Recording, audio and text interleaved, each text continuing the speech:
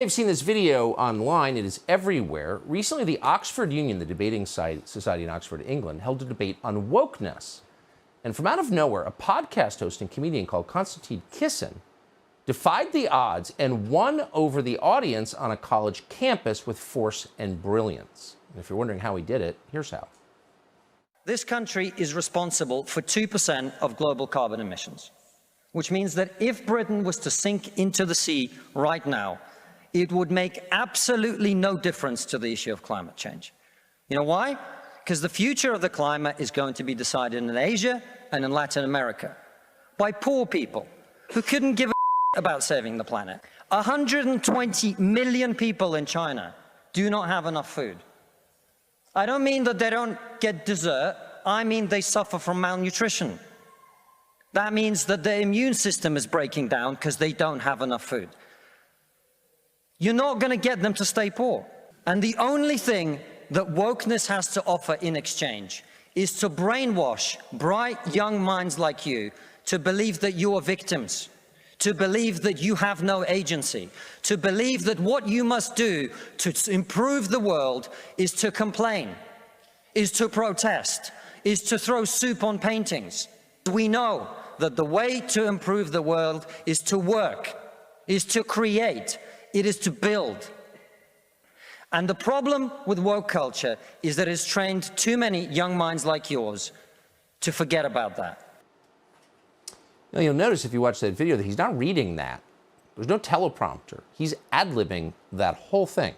That is right off the top of his head. That's not easy. Konstantin Kisin is the co-host of the Trigonometry podcast. He joins us tonight. Sure appreciate your coming on. I think the video of your remarks at the Oxford Union has been shared more than anything on social media in the U.S. in a long time. How was the response to what you said? It was great. I think people really enjoyed it, and I think it's partly because people are fed up of wokeness, as of course you know. But I think also there's another thing going on, Tucker. We live in a society in which adults are afraid of children, and young people in particular. And so when you see somebody who is an adult talking to young people and being straight with them and saying, look, if you care about certain issues in the world, if you care about climate change or racial injustice or whatever, whining and complaining is not going to fix that problem. That we need young people to step up and actually work and build and create things. And as I said in the speech, to create the technology and the science that is going to help solve all the problems of the future. So I think that's one of the reasons it's gone so viral, and the feedback has been incredible. I really haven't received any negative feedback at all. It's been very, very positive. So I'm very grateful for that. Well, we're grateful to see it because, first of all, you made a rational, fact-based case, which is always assuring to see. It's wonderful to see someone making an argument, and you did.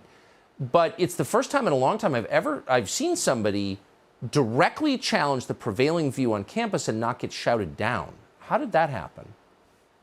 Well, as you say, I think I made a rational argument, and I think this is the thing that I've been thinking about a lot. You know, we spoke a few years ago, and as a comedian, I was concerned about the erosion of free speech and the censorship, particularly in this country, in the UK.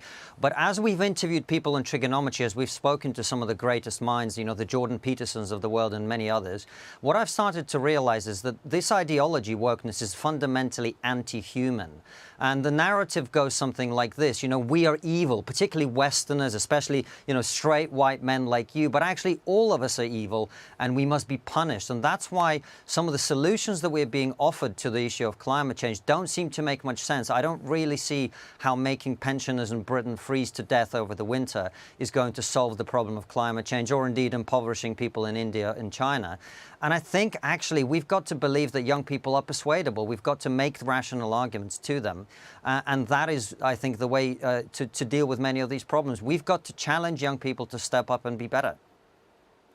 We have to believe that young people are persuadable. And I think a lot of us in the elderly community, or near elderly, are losing confidence in that. But you believe it to be true, having just had this experience.